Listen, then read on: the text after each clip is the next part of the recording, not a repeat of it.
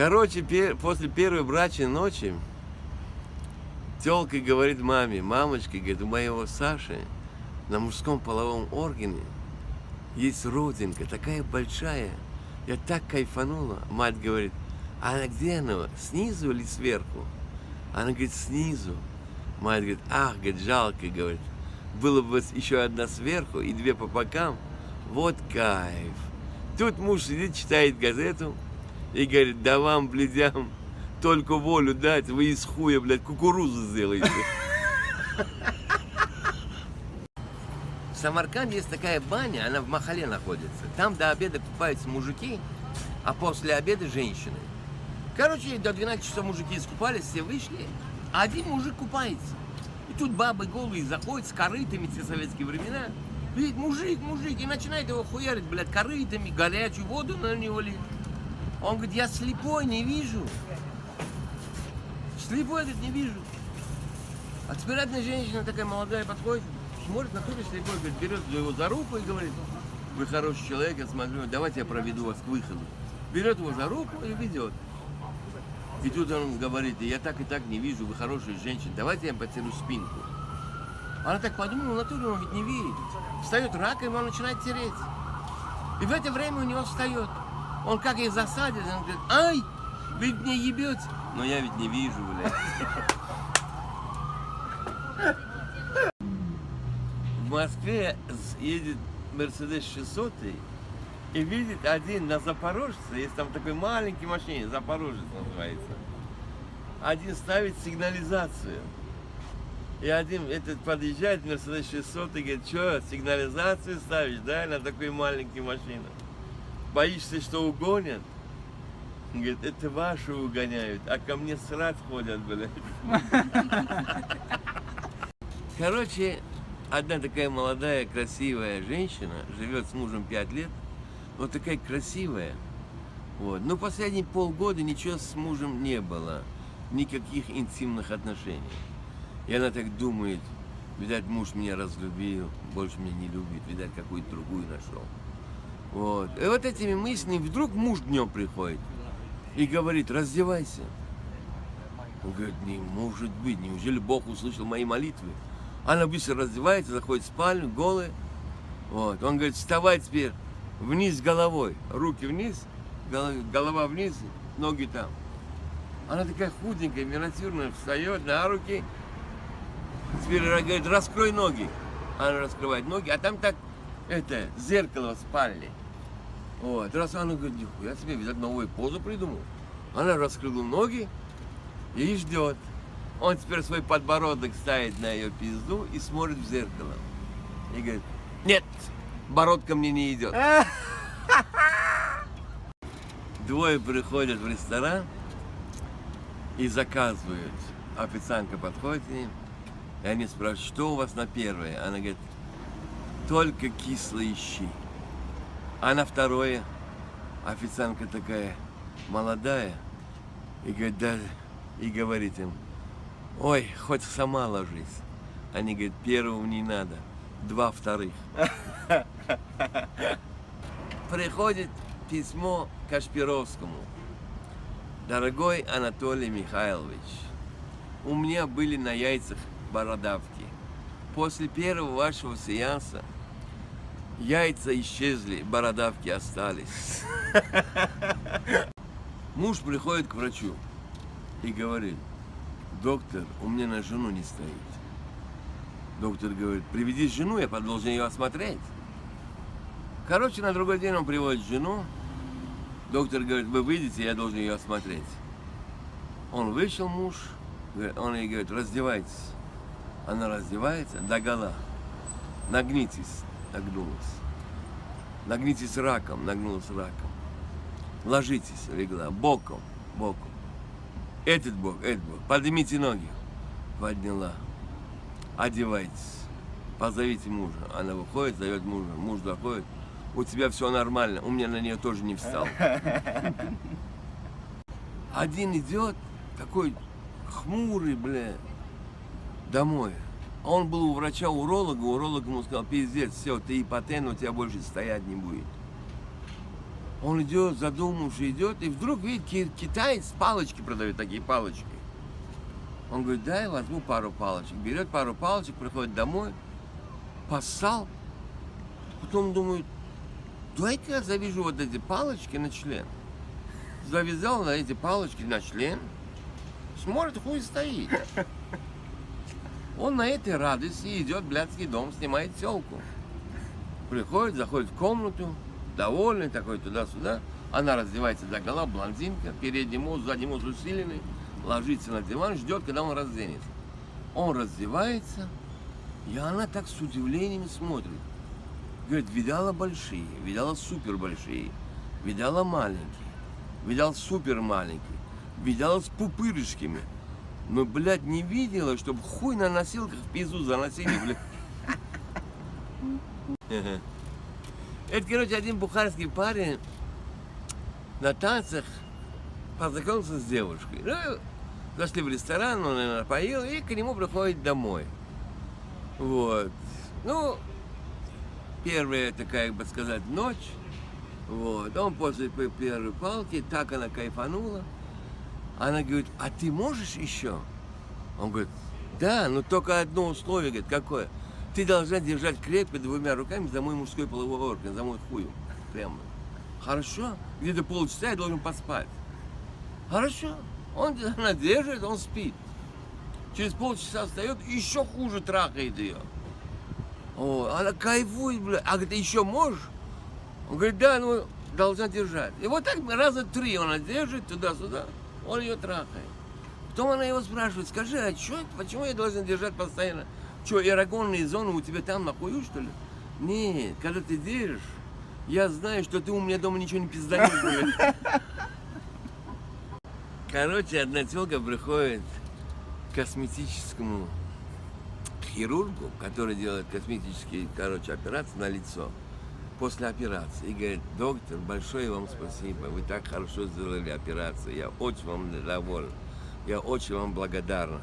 Только я вас об одном просила, сделать немножко мне глаза удивленными, а не охуевшими. Одна девушка звонит в полицию, то есть в России в милицию, и говорит, это милиция? Да. Срочно приезжайте, меня насилуют. Куда? Уже в жопу. Да хоть в рот. Куда ехать? Одна девушка звонит в полицию, то есть в России в милицию, и говорит, это милиция? Да. Срочно приезжайте, меня насилуют. Куда? Уже в жопу. Да хоть в рот. Куда ехать?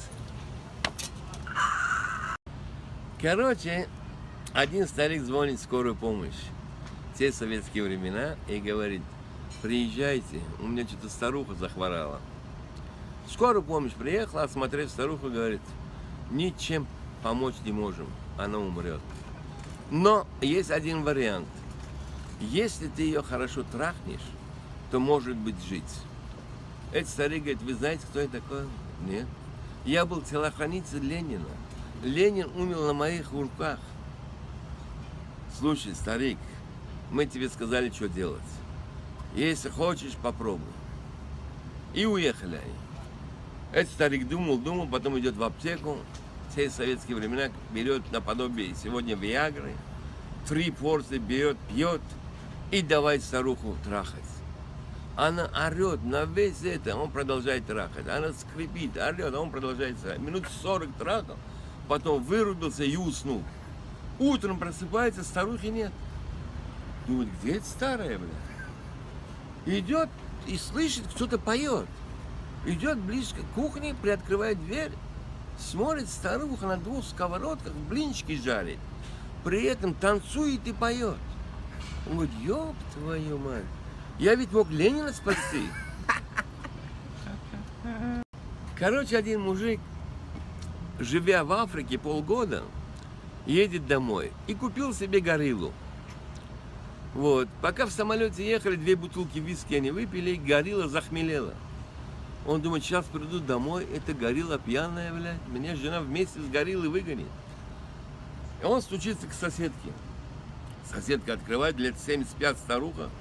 И говорит он: тетя Дуся, ведь мне, знаете, я вот здесь живу. Да, конечно. У меня, говорит, друг, мы с ним выпили, он немножко запьянел.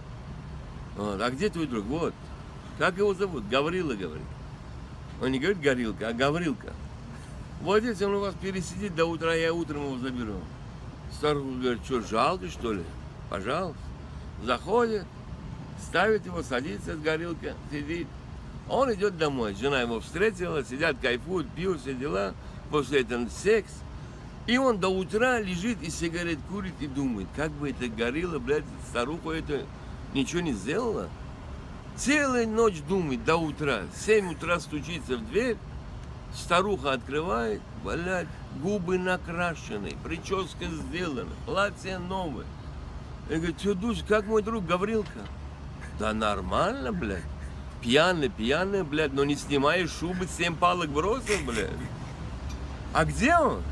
Да пидорас, говорит, зашел утром в кухню, на столе были бананы, яблоки, все сожрал, открыл форточку и по проводам на работу ушел, блядь. Одна тёлка приходит в магазин Porsche и говорит: мне, пожалуйста, Porsche. Он говорит: вам какой? Convertible такой. О, говорит, это дорого стоит. $500 000 стоит. Она чек выписывает, проверяет чек, прошел. Берет машину двухдверную, уезжает. И через неделю приезжает и говорит: у меня проблема какая? Я когда одна еду в машину, нормально все. А когда кто-то со мной сидит, я чувствую, что в машине воняет. Не знаю почему. Они проверили всю машину, ничего не нашли. Потом один из продавцов говорит: давайте я с вами проеду. Она за руль, он рядом сидит. И она на скорость 180 км в час хуярит. Светофор красный не останавливает, по пешеходной проедет. Там едет, не останавливает, проезжает. Этот сидит, как космонавт, так сидит. Рядом сидит. И теперь она говорит ему: останавливается через 10 минут и говорит: вот вы чувствуете, что воняет? Я, говорит, не чувствую. Я в нем сижу, говорит. Короче, гаишник ничего не заработал в Ташкенте. Злой стоит. И тут едет пожилой узбек на Ишаке. Он его останавливает, говорит: ты превысил скорость на Ишаке. Этот пожилой узбек говорит: как я могу превысить скорость, когда я его бью вот этой палкой, чтобы он двигался? Он вообще не двигается. Этот гаишник говорит: как ты можешь бить Ишака вот этой палкой? Это ведь маленькие наши братья. Ну-ка, слезай с Ишака и проси извинений у Ишака. Этот пожилой узбек еле-еле сходит с Ишака, встает на колени и говорит: извини меня, Ишак, я не знал, что у тебя старший брат в ГАИ работает. Муж приходит с бани домой, с сауны, и говорит жене: ой, говорит, дорогая, я такое в бане видел, в сауне, это уму непостижимо. Она и так его обняла: что ты видел, дорогой? Я видел у одного мужчины на мужском половом органе татуировка написана: Владивосток. Мне так она понравилась, я себе тоже такую сделаю. Жена говорит: ты что, баран, что ли? У тебя Уфа хуй поместится, блядь. Короче, трое едут на мотоцикле. Ну, вообще-то мотоцикл помещается двое, но они сели трое. Едут к морю. И тут второй этому говорит: б-б-б-б-б-б, стучит, он говорит: что, быстрее, да? Он быстрее едет. Он говорит снова: б-б-б-б, что, еще быстрее, да? Он еще быстрее. Он снова: б-б-б-б-б, он говорит: что, больше не едет, все? Он говорит: нет, Боря упал. Короче, утром завтракают мама, папа и двое сыновей. Одному сыну 3 года, второму 5 лет. И теперь мама смотрит на папу и ему моргает. И говорит: что-то у меня аппетита нет, я пойду в спальню. Папа доел и пошел за мамой. Теперь старший брат говорит младшему: иди посмотри, в чем дело. Он говорит: хорошо. Маленький сынишка поднимается, значит, братишка поднимается и видеть такую картину, что папа с мамой занимается сексом. Он спускается быстро вниз и начинает быстро-быстро кушать. Брат говорит, что ты быстро кушаешь, в чем дело? Да там, говорит, кто не доедает, папа в жопу ебет, говорит. Трое пошли на охоту, значит, кто пошел? Русский, татарин и самаркандский, бухарский еврей. Но они заблудились на охоте. И их поймали амазонки-лесбиянки, голые все бабы, и говорят им так. Мы всех мужиков кастрируем. А они говорят, мы заблудились, мы не хотели кого. Не касается нас. И, говорит, первого заводят. Ты кто, говорит? Он говорит, я хирург.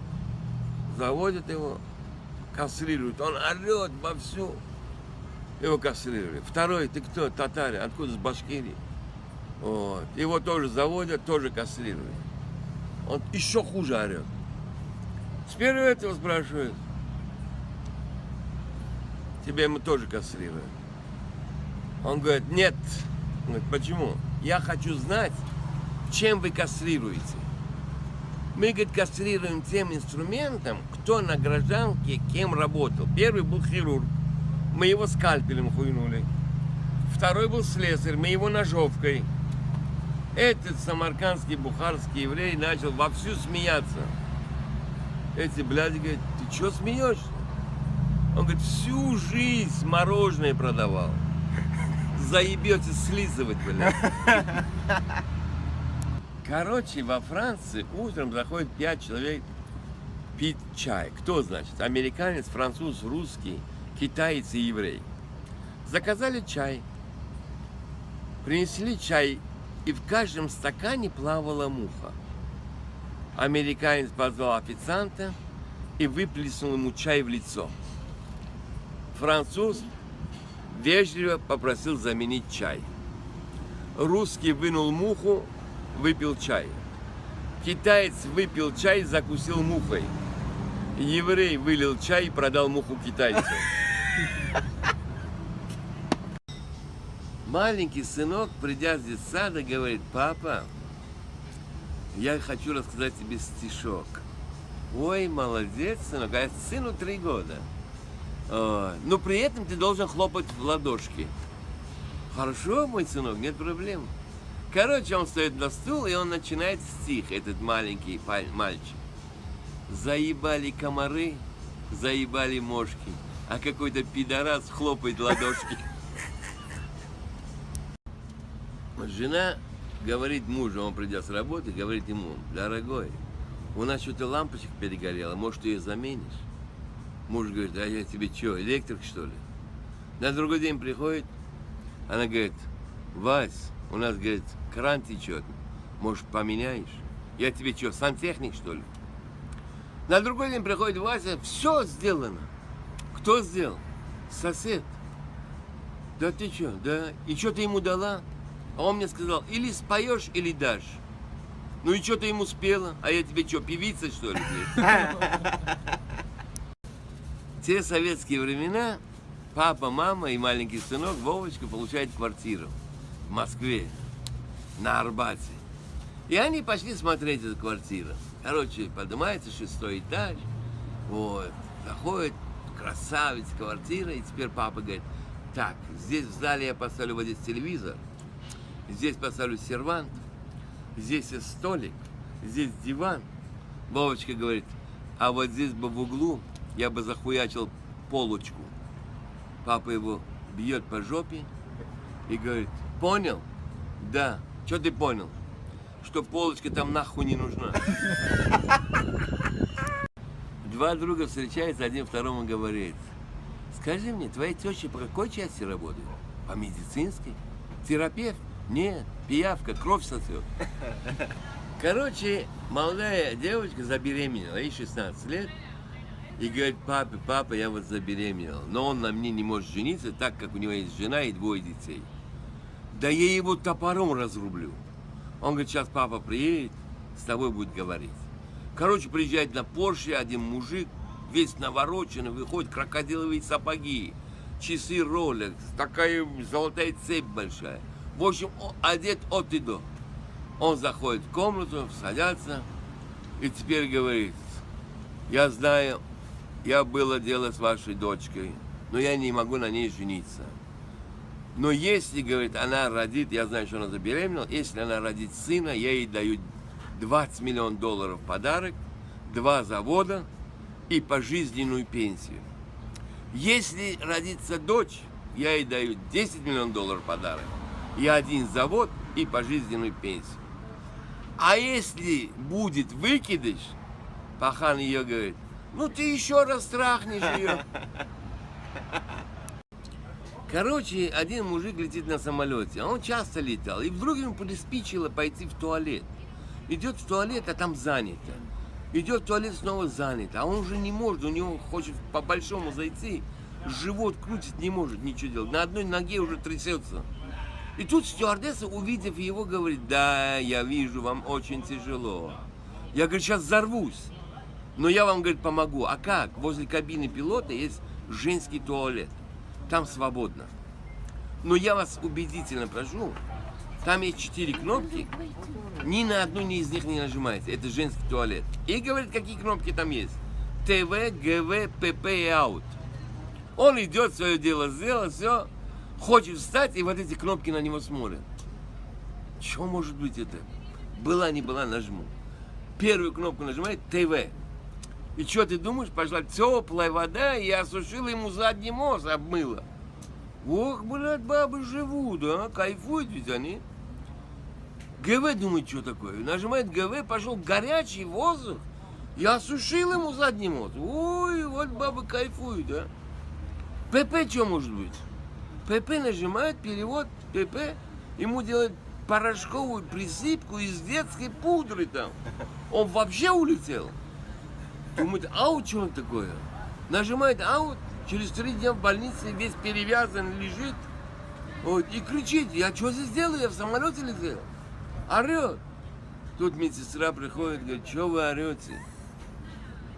Вы в самолете летели? Да. 4 кнопки там было? Да. Вам говорили не нажимать? Да. 3 нажали, было хорошо? Да. А вот 4-ю не надо было нажимать. А вот знаешь, что перевод? Он говорит: нет.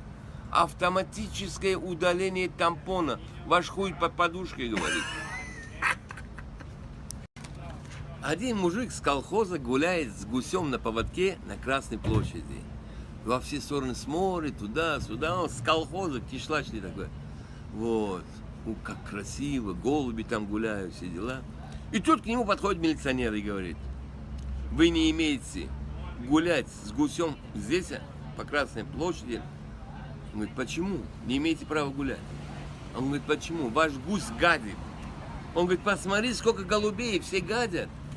Милиционер говорит: стоп! Голубь – символ мира.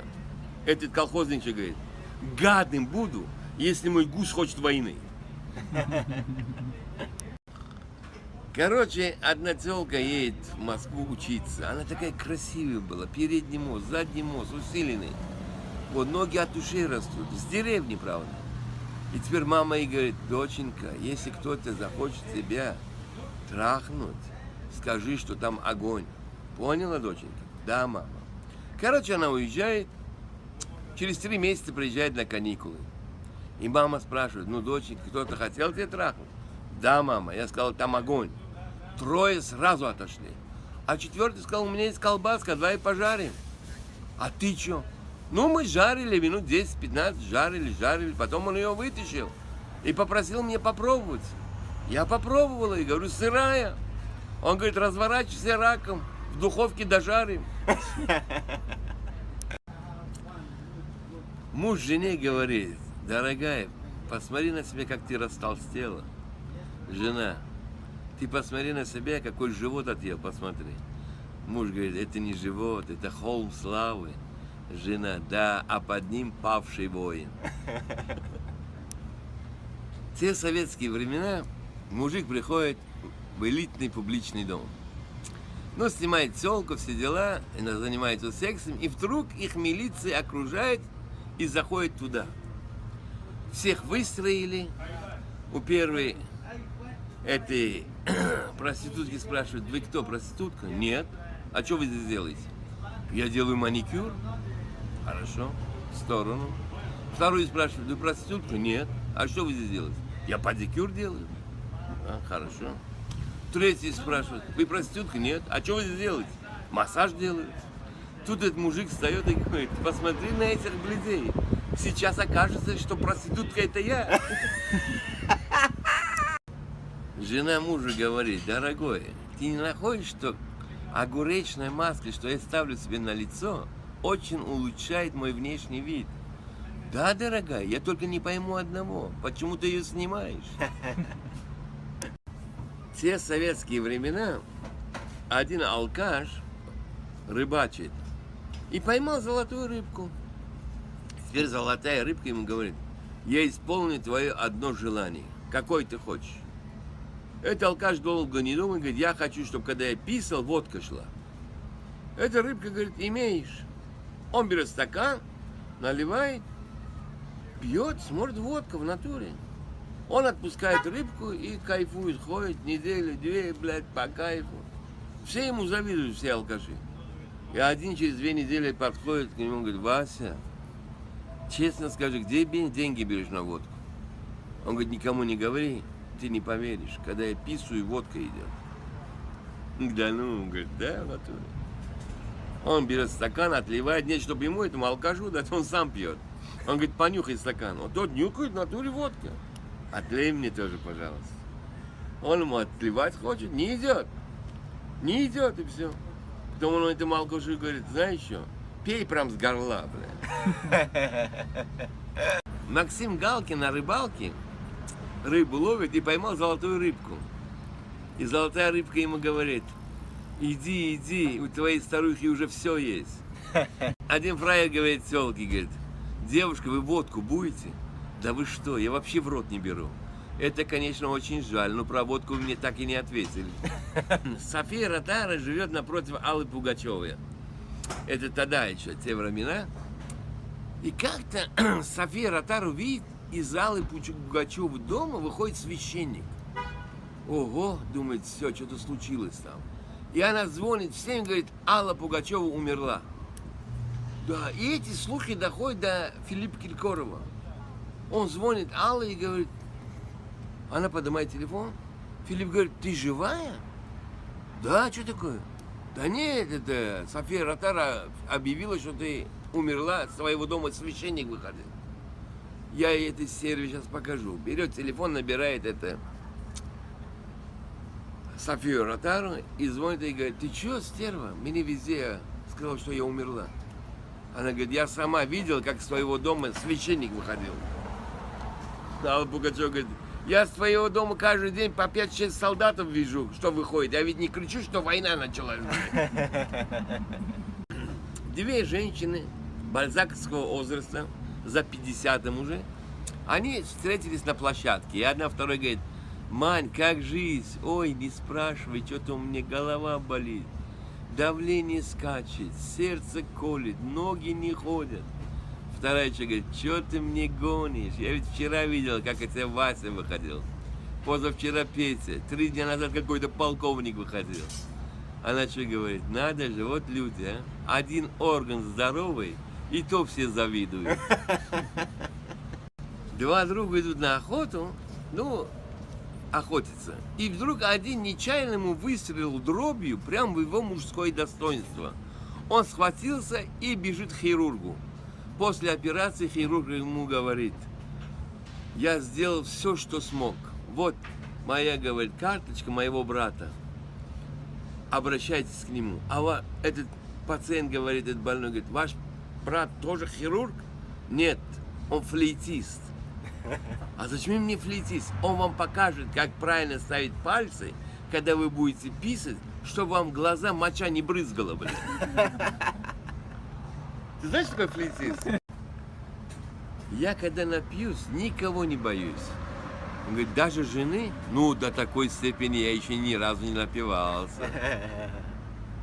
Короче, в ресторан приходит проверка, health department. Ну, как в России говорят, медосмотр, в ресторан смотрят, как там все нормально, ненормально. Вот. Ну, а смотрев все это, а хозяин был еврей этого ресторана.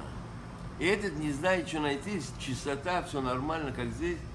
Вот. И теперь он не знает, до чего доебаться, говорит этому хозяину ресторана.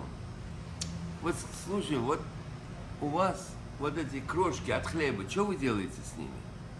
А мы собираем их вот, в пакете, отсылаем в Манхэттен, в Нью-Йорк, и нам присылают на другой день целые буханки. Хорошо? А вот вы евреи, говорят, да, вот мы кушаете мацу на Пасху, да. Что вы делаете с этими крошками?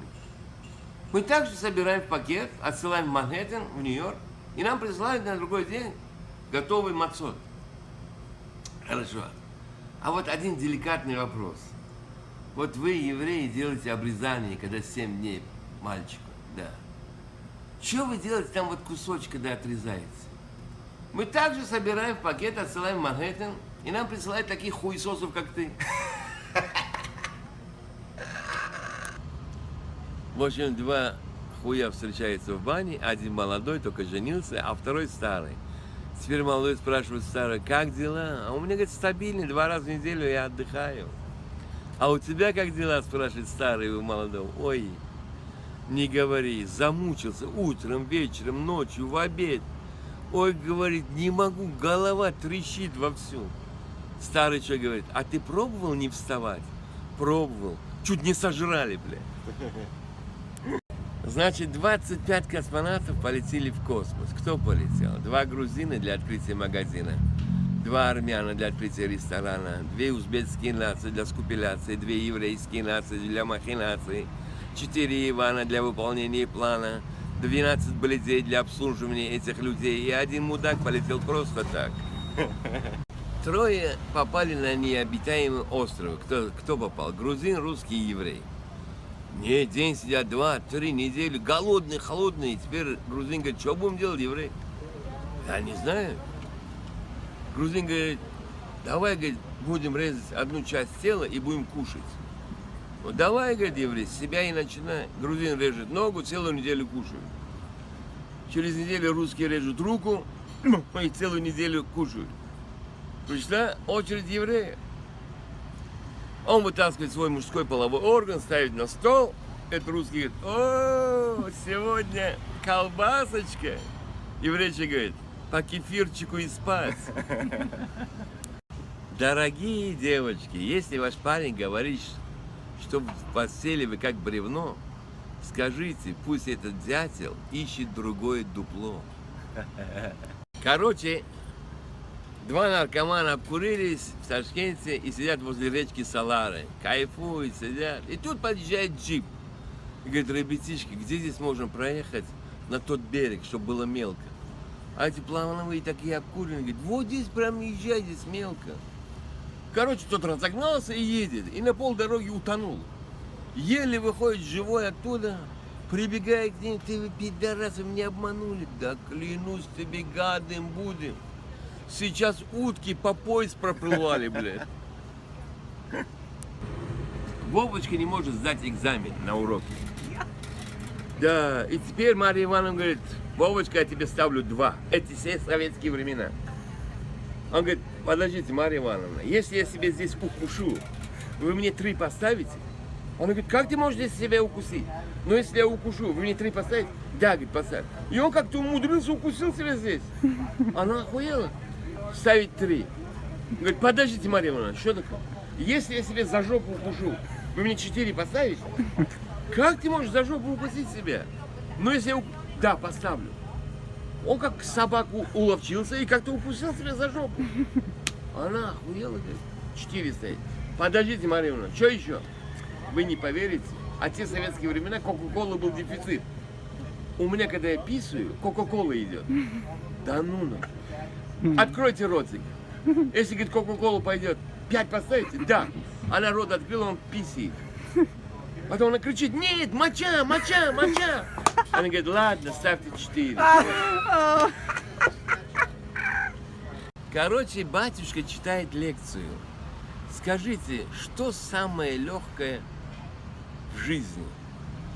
Сидят в семинаре ребята, 15-16 лет, понимают, что к чему. И один из них встает и говорит: я считаю, самое легкое в жизни это хуй. Этот говорит: батюшка, почему? Этот парень отвечает: он от одной мысли может подняться. Правильно, садись 5. Теперь батюшка продолжает: а кто мне скажет, что самое тяжелое? Снова этот пацан встает и говорит: я считаю, тоже это хуй. Почему? Если он не захочет, всем миром хуй его подымешь. Молодец, 5. А кто мне скажет, снова этот пацан встает: нет, ты, пидорас, сиди, а то ты всю мою философию на хуй переведешь. В Москве один, говорит, спрашивает: слушай, если, говорит, придет конец света, что ты будешь делать? Мы в России, он сюда не придет, он отсюда выйдет. Существует мнение, что болезни всего есть 2: хуйня и пиздец. Хуйня сама проходит, а пиздец вообще не лечится. Короче, идет моряк по пляжу и видит, красивая такая тёлка лежит. Передний мост усиленный, задний тоже, ноги от ушей растут. В общем, все при ней. И говорит: о, говорит, к этому берегу я пришвартовался. Она на него так смотрит: нет, не пойдет. И тут идет летчик и говорит: о, на этом бы аэродроме бы я приземлился. Она на него смотрит: нет, не пойдет. И тут идет шофер, здоровый такой, бык. И говорит: ого, на этом автодроме бы я круга 3 сделал бы. Она на него смотрит, красивая такая тёлка. Вот. Говорит: идем ко мне. Приходит домой к ней, она накрывает поляну, сидят, кайфуют. Вот. И теперь она говорит: я сейчас подойду. Приходит в тунике голая, а этот мужик засыпает, этот шофер. Она ему будет, говорит: алло, ты мне 3 круга обещал сделать? Он говорит: когда выпью, за руль не сажусь. Старый генерал приходит в элитный публичный дом, снимает тёлку, заходит в комнату. Вот, он лег, разделся, и теперь эта тёлка молодая делает ему минет. Полчаса, час, полтора. Потом эта тёлка надоела сосать и говорит: товарищ генерал, он ведь у вас не стоит. А он не должен стоять, он должен блестеть. Короче, один был скрипач, скрипка играет, сильный скрипач был, все на него шли. Аншлаг, людей море, бля, бабки делает от и до. Каждый концерт большие деньги делает. И как-то он едет на машине Мерседес, у него Мерседес был, колесо поломался. И он пока это открыл колесо, от злости бьет, и палец попал, а этот палец, руководящий палец в этом, на скрипке вот так, понимаешь? И вот так он стал, вот так стал, он его лечит месяц, 2, 3, полгода, год. Все деньги сожрал, бля, нищий стал. Не может играть на скрипке? Чем так жить, пойду себе с 20 этажа брошу, бля, и пиздец. Идет на 20 этаж пешком, продлевает себе жизнь. Залез на 20 этаж, залез на окно, смотрит, яблоко стоит. Думаю, дай пожру перед смертью. Жрет яблоко и смотрит вниз. Смотрит, один там без рук, 2 руки нет, танцует. Нихуя себе, я хочу из 1 палец себе убить. Этот пидорас без 2 рук танцует. Я должен узнать, почему. Спускается вниз, он до сих пор танцует. Ты, пидор, бля, ты что танцуешь? Мне вот этот палец, видишь, я хочу себе убить, а ты, блядь, без 2 рук танцуешь. Он: где я не танцую? Я жопу хочу почесать, не могу. Короче, маленькая девочка забегает в спальню к родителям и видит такую картину, что мама сидит в голом виде на папе и, короче, занимается любовью. Она так говорит: мама, ты что делаешь? Мама так засмущалась и говорит: ты знаешь, доченька, я делаю специальный массаж папе, чтобы у него живот уменьшился. Доченька говорит: это все ерунда, мама. Когда ты уходишь на работу, приходит соседка, и ему надувает его обратно. Короче, в Ташкент приезжает сильный боксер Мейведер.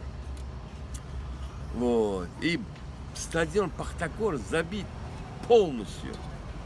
Да. И теперь он час до боя выходит боксовать грушу. И против него, которого поставили, увидев это, говорит, нет, он меня убьет. А что делать, что делать? Идут на базар, смотрят, один какой-то кишлачный стоит узбек. Вот, здоровый такой, мясник. К нему говорят, подходит и говорит, ты хочешь $500 000 заработать? А как? Ты должен один раунд простоять с Мейведером. Он говорит, а кто такой? Да боксер. А простою. Вот $500 000. Хорошо. Короче, бой начался, Мейведер начинает его метелить правый, априкот правый, левый. Ой, в общем, бьет. Тот выдержал, простоял. Ему дают $500 000, говорит, вот здесь $1 000 000, если еще выдержишь один раунд. Хорошо, этот мясник говорит, простою. И он снова, Мейведер бьет его во все, он как шкаф такой, здоровый, этот мясник. Выдержал. Теперь говорит, вот $1 000 000 тебе, вот здесь $2 000 000, если еще один раунд простоишь. Этот мясник говорит, не могу больше. Он говорит, почему? Сейчас я его уже буду пиздить, говорит. Одна телка устраивается в элитный публичный дом. Элитный, знаешь, что такое элитный? Хай-класс. Приходит блондинка, передний мост усиленный, задний тоже. Ноги от ушей растут, бля. Блондинка. Бандерша, осмотрев ее, говорит, да, красивая. А что ты можешь делать? Я, говорит, могу делать 4 вида особенного минета. Это бандерша говорит, ты хуйня, говорит. У меня любая киса, что здесь работает, 400 видов знает. Вы мне не поняли, 4 вида, которые я знаю, никто кроме меня не знает. Сейчас, говорит, проверим. Витя! Приходит охранник 2 метра, здоровый. Проверь ее, в комнату заходит. Проходит полчаса, час, полтора, Вити нету. Вот. 2 часа, Вити нету. 2,5 часа, Вити нет ее. 3 часа проходит, бля, Витя не выходит, выползает, блядь, еле живой. А, что случилось, блядь, сколько видео? Ну, такого не видал. Первый вид называется фантомас. Обычно у русских головка не резаная. Она берет, говорит, головку в рот, а шкуру от головки натягивает на рожу, блядь. В таком виде, говорит, я кончал. А второй вид как называется? Второй вид называется, блядь, очки. Она, говорит, берет хуй в рот, головку в рот, а яйца натягивает на уши, блядь. Да. Вот так я, говорит, кончал. А третий вид называется самолет. Она, говорит, берет головку в рот, до конца, я думал, сейчас проглотит, а яйца раздвигает, как крылья на самолете, вот так. А четвертый вид, говорит, как называется? А четвертый вид уже у меня сил не было. Но она сказала, четвертый вид называется фантомас в очках на самолете, блядь. Заходит красивая, молодая такая тёлка, передний мост, задний мост усиленный, ноги от ушей растут, в церковь. И смотрит там этот святой отец на алтаре Библию читает. Она так кофточку раздевает и говорит, святой отец, я хочу тебя. Он на нее так посмотрел, уйди, грешная. Она раздевается, говорит, святой отец, возьми меня. Уйди, грешная, это ведь храм Божий, ты что говоришь? Она раздвигает ноги и говорит, святой отец, войди в меня. Святой отец поворачивается к Иисусу, о Боже, спаси меня. Иисус, срываясь с креста, кричит вовсю, пусти меня. Приходит арабский мальчик в Иерусалиме в школу первый раз, первый класс. Учитель смотрит, не наш, не еврей. Тебя как зовут? Он говорит, Мухаммед. Ты как попал сюда? Он говорит, да папа и мама сказали, здесь хорошая школа, мне здесь записали. Он говорит, Мухаммед, здесь все евреи, все могут побить. Давайте назовем Давидом. Хорошо. Целый день его Давид. Вечером домой приходит, пахан ему говорит, Мухаммед, дай мне стакан воды. Мухаммед молчит. Папа ему снова говорит, дай мне воды, Мухаммед. Он молчит. Мама говорит, Мухаммед, дай папе воды. Меня сейчас не зовут Мухаммед. А как тебя зовут? Сразу они вдвоем вскочили, мама, папа. Меня сейчас зовут Давидом. Так его отпиздили. Он утром приходит, вот такие фонари. Учитель спрашивает: Давид, кто тебя так избил? А пидорас, вчера 2 араба налетели и отхуярили меня. Двое идут на медведя зимой. Зимой обычно медведи спят, они лапу сосут. Они нашли берлогу и стучат. Один второму говорит: да нет его там, да там он, надо его разбудить. Один берет вилы, такие вилы, знаешь, и давай хуярить в берлогу. И тут медведь вскакивает 2 метра ростом, бля. И за ними, они руки, ноги и убегают. Вилы ему в шкуру попали, кровь идет, он рычит, орет, хочет их сожрать забой. Они убегают, он за ними. И один кричит: он меня догоняет, что делать? Он говорит: вот дерево, залезай на дерево. Это на это дерево. Этот напротив залез на дерево. А этот медведь внизу рычит, орет, хочет их сожрать. Кровь идет. И теперь один второму говорит: как ты думаешь, эта туша за нами залезет? Куда он нахуй залезет с такой тушей? И вдруг этот медведь понял, что ли, и за одним из них начал лезть. Вот. Он говорит: лезет. А у того винтовка была, ты знаешь, какой вид стрелок? Снимает винтовку со спины и говорит: сейчас я ему яйцо захуярю. И стреляет прямо в яйцо. Все брызги во все стороны. Этот медведь еще хуже зарычал. И продолжает лезть. Он говорит: все равно лезет. Сейчас, говорит, я ему хуй отстрелю. Нет, не стреляй ему в хуй. Стреляй ему в лоб. Я по глазам вижу, он сюда не ебаться лезет, блин. Одна тёлка приходит в Москве на птичий базар. И видит, там какой красивый попугайчик. Она к нему подходит: о, какой красивый попугайчик. А ты говорить-то умеешь? Попугай возьми, да, скажет: да, блядь, умею. Она смотрит на него, смотрит на хозяина этого попугая. Хозяин говорит: если вы нормальный покупатель, он сейчас будет говорить ровно. Хорошо. Он берет его, это попугай, в подсобку, кипятит воду, наливает воду в тазик и этого попугая опускает головой вниз. Через 2 минуты его вытаскивает, попугай говорит: хозяин, больше не толкай в эту воду. Я буду говорить ровно. Хорошо, вытаскивает и говорит этой бабе: говорит, сейчас можете с ней говорить. Она такая красивая, эта баба. Передний мост, задний мост усиленный, ноги от ушей растут. И он начинает с ней разговаривать. Она ему говорит: если я приду с мужиком домой, что ты скажешь?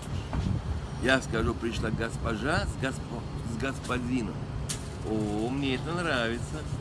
А если я приду с 2 господами, с 2 мужиками? Я скажу, что пришла госпожа с 2 господами. О, мне это больше нравится. Она говорит: а если я приду с 3 мужиками? Этот попугай смотрит на нее, смотрит на хозяина и говорит: хозяин, кипяти воду, она в натуре, блядь. Короче, солдат в армии 90-е годы закончил армию, едет домой из Сибири. Я опоздал на поезд. Вечер уже, ночь. Думает, куда идти? А там по одну сторону продают старухи пирожки, по вторую сторону продают семечки. Он к одной старухе подходит: почем семечки? Рубль в стакан. Дай, говорит. Рубль дает, берет стакан семечки и грызет возле нее. А эта старуха лет 75. Сынок, что делаешь? Гуляю. Может, ко мне пойдем?